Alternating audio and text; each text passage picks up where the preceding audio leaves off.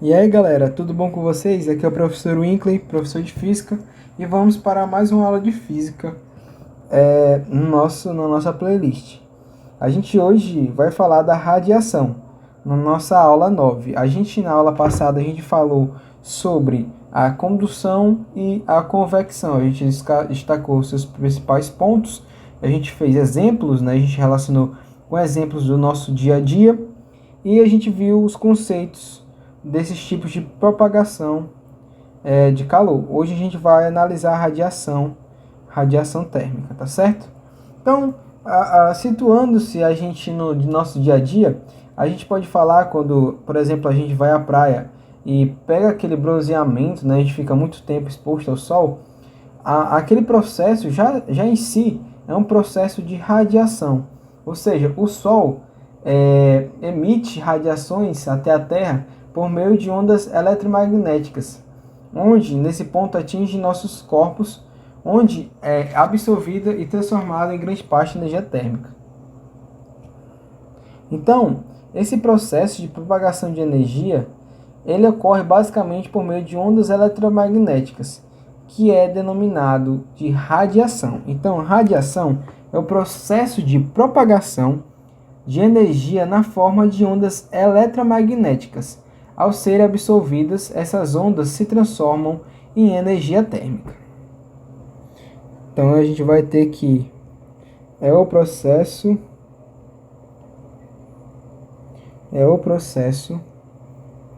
de propagação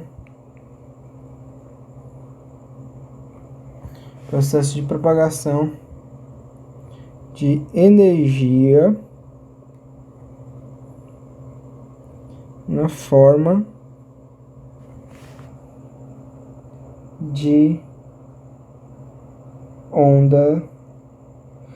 de ondas eletromagnéticas. Então, pessoal, esse é o conceito de radiação térmica. Para ficar um pouco claro, né? Porque assim, ao ser absorvidas essa radiação, ela é transformada em energia térmica. Como que é isso, né, professor? Explique melhor esse conceito. A gente tem, como a gente ressaltou no início, o caso do Sol e o nosso planeta. Quando o Sol incide, né, por meio da sua radiação, por meio das ondas eletromagnéticas, chega os raios do Sol aqui, nosso planeta absorve essa radiação e fica aquecido, ou seja, essa radiação, essas ondas eletromagnéticas são transformadas, são absorvidas e transformadas em energia térmica, fazendo com que, por exemplo, o nosso planeta fique aquecido. Então já cai também aquele caso do efeito estufa, que não está muito relacionado a isso, está relacionado ao sistema de poluição do nosso planeta, que faz com que os raios incidentes não consigam ser refratados para fora do nosso planeta. Mas basicamente é isso que acontece, tá? Que se pendura também por meio do vácuo. Então, pessoal, rigorosamente faz necessário a gente destacar que a radiação não é um processo de transmissão de calor, tá? No entanto, quando um corpo emite energia radiante, ou seja, de radiação, ao sofrer um resfriamento, associa-se essa energia existente nas ondas eletromagnéticas emitidas com a energia térmica que saiu do corpo. Logo, essas ondas, ao serem absorvidas por um determinado corpo, transformam-se novamente em energia térmica, assim aquecendo-o. Por isso, costuma-se definir radiação como um processo de transferência de energia térmica, tá certo? Então, esse ponto é importante a gente destacar pelo fato da radiação ser um meio de propagação de energia, tá certo? Um meio de propagação de energia. A gente vai ver alguns exemplos agora, né? No caso, um exemplo bem comum que está sendo destacado hoje, no dia a dia, que é no caso da utilização de coletores solares para uso doméstico. Eu vou colocar aqui no simulador para a gente dar uma destacada e conversar mais sobre isso. Então, gente, aqui a gente tem a nossa placa solar, tá? a gente não iniciou o processo de radiação aqui no caso, se a gente perceber, né, os raios solares estão incidindo sobre a placa solar e faz com que a lâmpada ela acenda, tá certo? Ou seja, hoje está sendo muito cogitado os aquecedores solares, como também as placas solares para a geração de energia, não é isso? Ou seja, utiliza-se da radiação solar para a geração de energia. Aqui tem um exemplo, né? Se colocar aqui as nuvenzinhas, a gente não vai conseguir a obtenção dessas energias, só para exemplificação. E aqui também tem outro exemplo, que é transformar, né, a energia solar, nesse caso, em energia mecânica, né? Ou seja, energia cinética aqui para fazer com que o catavento aqui no caso gire, né? O ventilador gire. Aqui está só uma amostra das energias. Aqui no nosso caso a gente tem energia de luminosidade, ela vai incidir sobre a nossa placa, fazendo com que aí ela se transforme em energia elétrica, fazendo com que o ventilador, ou seja, transformou energia luminosa, né, a radiação, em energia elétrica, e transformou essa energia elétrica em energia mecânica. Aqui no nosso caso a gente vai ter a transformação de energia luminosa em energia elétrica, e aqui no final vai saindo algumas energias térmicas pelo fato da lâmpada aquecer, né? Pelo fato de haver o aquecimento. Então, a gente viu aqui a transformação da placa solar e também a gente pode ver o mesmo exemplo para aquecer a água, né? No caso dos aquecedores solares, que são bastante utilizados em locais que fazem necessário haver o aquecimento da água.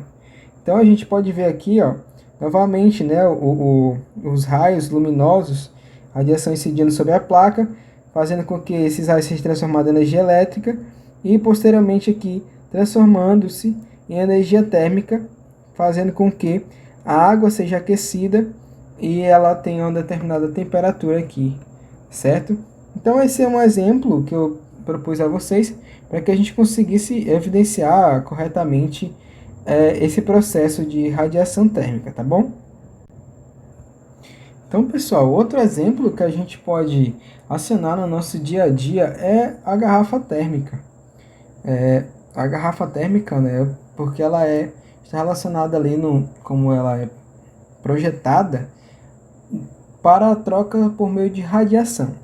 Então, detalhes funcionais de uma garrafa térmica. A garrafa térmica é um dispositivo qual a finalidade principal é manter constante por um maior intervalo de tempo a temperatura de seu conteúdo. Para tanto, as paredes desse sistema são praticamente adiabáticas, isto é, reduzem consideravelmente a troca de calor entre o seu conteúdo e o meio externo. Ou seja, essas paredes fazem com que o líquido dentro da garrafa não tenha bruscamente o menor contato possível com a parte externa, fazendo com que esse líquido ele fique permanentemente aqui o maior tempo possível com a sua temperatura, tá certo?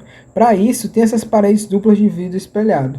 Então, professor, para que essas paredes de vidro espelhado? O vidro, que são feitas as paredes internas da garrafa, são espelhadas para que o calor radiante, ou seja, o calor radiante aqui do líquido, permaneça, seja refletido, atenuando-se assim a troca por radiação. Ou seja, esse espelho ele vai ser refletido, fazendo com que o calor ele fique mais tempo permanentemente aqui dentro, tá? Então as paredes internas também são feitas de vidro pelo fato de ser um mau condutor, assim barrando a troca de calor por condução, tá certo? E ainda faz necessário destacar que as paredes internas são duplas, que a gente destacou, para ser separada por uma região de vácuo, onde tem como função tentar evitar a condução do calor, tá certo? Então, a gente vê a importância, né, desses aparatos para que consiga manter a temperatura aqui dentro da garrafa térmica. Então, mas é importante a gente destacar o quê? Que é evidente que nestes casos, né, não existe um isolamento térmico perfeito, tá? Então, assim, apesar dos cuidados que são citados, que a gente citou, né, ao fazer essa garrafa, após um determinado tempo, um intervalo de tempo relativamente grande, por exemplo, várias horas, o conteúdo que vai estar dentro da garrafa, por exemplo, um café, acaba atingindo o equilíbrio térmico com o meio ambiente, ou seja, acaba tendo a mesma temperatura do ambiente externo, tá certo? Então, galera, esse foi um exemplo que eu trouxe aqui de radiação. Então, esses foram esses exemplos, né? Espero que vocês tenham compreendido essa parte de radiação. Espero que vocês tenham gostado dos exemplos que eu trouxe. E na nossa próxima aula a gente vai fazer resoluções de exercício, tá certo? Então, pessoal, muito obrigado pela atenção e até a próxima aula. Valeu e falou!